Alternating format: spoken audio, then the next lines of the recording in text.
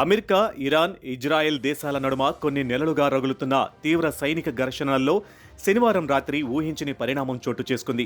పశ్చిమాసియా రణరంగంలో ఇరాన్ మౌలిక వసతులు, ఇంధన స్థావరాలు, కీలక క్షిపణి కేంద్రాలే లక్ష్యంగా అత్యంత శక్తివంతమైన వైమానిక మిస్సైల్ దాడులకు పెంటగాన్ బలగాలు సర్వం సిద్ధం చేసుకున్న వేళ అమెరికా అధ్యక్షుడు డొనాల్డ్ ట్రంప్ ఈ దాడి ప్రణాళికను ఉన్నపళంగా రద్దు చేస్తున్నట్లు ప్రకటించడం ప్రపంచ దేశాలను, అంతర్జాతీయ భౌగోళిక నిపుణులను తీవ్ర దిగ్భ్రాంతికి గురిచేసింది.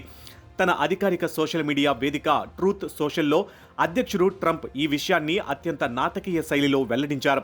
రెండో ప్రపంచ యుద్ధం ముగిసిన తరువాత ఇప్పటి వరకు ఏ దేశము, ఏ సమాజము చూడని అత్యంత భయంకరమైన మిలిటరీ పవర్, అపారమైన రక్షణ బలగాలతో అమెరికా సైన్యం ఇరాన్ ఇస్లామిక్ రిపబ్లిక్ పై విరుచుకుపడేందుకు సిద్ధంగా ఉంది అని ఆయన అత్యంత హెచ్చరిక ధోరణిలో రాసుకొచ్చారు.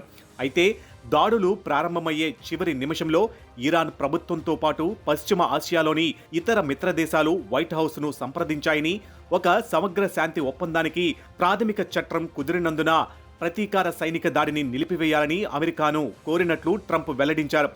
ట్రంప్ వెల్లడించిన కథనం ప్రకారం ఈ రాబోయే కొత్త ఒప్పందంలో ప్రధానంగా ప్రపంచ భద్రతకు సంబంధించిన రెండు అత్యంత కీలకమైన అంశాలు ముడిపడి ఉన్నాయి. అందులో మొదటిది ప్రపంచవ్యాప్త చమురు రవాణాకు జీవనాడి లాంటి హోర్ముజ్ జలసంధిని ఇరాన్ సైన్యం తక్షణమే సంపూర్ణంగా తెరవడం. రెండు, ఇరాన్ వేగంగా విస్తరిస్తున్న అణు సామర్థ్యానికి, దానివల్ల ఉత్పన్నమయ్యే ముప్పుకు శాశ్వత ముగింపు పలకడం. ఈ కఠినమైన షరతులకు టెహరాన్ నుంచి ప్రాథమిక అంగీకారం లభించినందుకే ప్రపంచ సమాజ శ్రేయస్సును దృష్టిలో ఉంచుకుని, అలాగే సంపన్నమైన ఇరాన్ దేశ మనుగడను కాపాడడానికి తాము ఈ భారీ దాడిని రద్దు చేయడానికి అంగీకరించామని ట్రంప్ స్పష్టం చేశారు.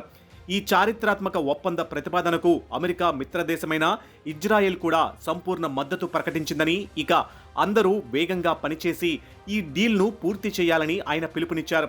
ట్రంప్ సోషల్ మీడియా ప్రకటన వెలువడిన కొద్దిసేపటికే అమెరికా విదేశాంగ మంత్రి మార్కో రూబియో ప్రముఖ ఫోక్స్ న్యూస్ ఛానల్కి ఇచ్చిన ప్రత్యేక ఇంటర్వ్యూలో అనేక కీలక విషయాలను వెల్లడించారు. గత కొన్ని వారాలుగా అమెరికా మిలిటరీ జరిపిన తీవ్రమైన నిరంతర సైనిక దాడుల వల్లే ఇరాన్ దిగివచ్చిందని, వేరే దారి లేకనే శాంతి చర్చలకు, అణురహిత విధానానికి అంగీకరిస్తుందని రూబియో విశ్లేషించారు. అమెరికా బలగాలు జరిపిన ఖచ్చితమైన దాడులు ఇరాన్ నావికాదళం, వాయుసేన, క్షిపణి రక్షణ వ్యవస్థలు, ప్రధాన ఆయుధ తయారీ కర్మాగారాలను ఊహించని రీతిలో దెబ్బతీశాయని, దాని వ్యూహాత్మక రక్షణ కవచాన్ని పూర్తిగా ధ్వంసం చేశాయని ఆయన దావా చేశారు. ఇరాన్ వద్ద ఇప్పటికే కొన్ని దూరశ్రేణి క్షిపణులు, డ్రోన్లు ఉన్నప్పటికీ దాడుల నుంచి వారు దాక్కునేందుకు ఉన్న సాంప్రదాయ సైనిక రక్షణ కవచం ఇకపై లేదని రూబియో వ్యాఖ్యానించారు.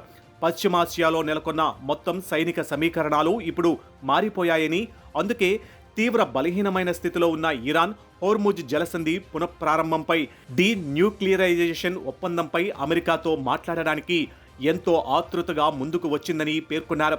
అమెరికా ఇప్పుడు బలహీనత నుంచి కాకుండా అత్యంత బలమైన స్థానం నుంచే ఈ చర్చలను నడిపిస్తుందని రూబియో ధీమా వ్యక్తం చేశారు. అయితే అమెరికా చేస్తున్న ఈ వ్యాఖ్యలను, వైట్ హౌస్ ప్రచారాలను ఇరాన్ నాయకులు తీవ్రంగా త్రోసిపుచ్చుతున్నారు.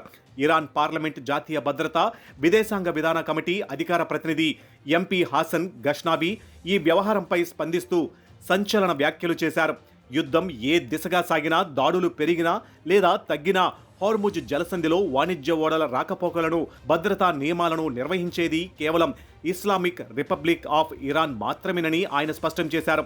అంతర్జాతీయ మీడియా వేదికగా అమెరికా ఉద్రిక్తతలను పెంచుతున్నట్లు డ్రామా ఆడుతుందని, కానీ అంతర్గత దౌత్య మార్గాల ద్వారా మాత్రం తమతో చర్చలు జరపాలని అమెరికాయే ప్రాధాయపడుతుందని గుప్తావి ఆరోపించారు. ఇరాన్ను తమ గారడి మాటలతో అమెరికా మోసం చేయలేదని, హోర్ముజ్ మార్గాన్ని తెరవడం లేదా మూసివేయడంలో ఇరాన్ విధించే నిబంధనలే టేబుల్ పరిధిలో ఉన్న ఏకైక మార్గమని ఆయన తేల్చి చెప్పారు.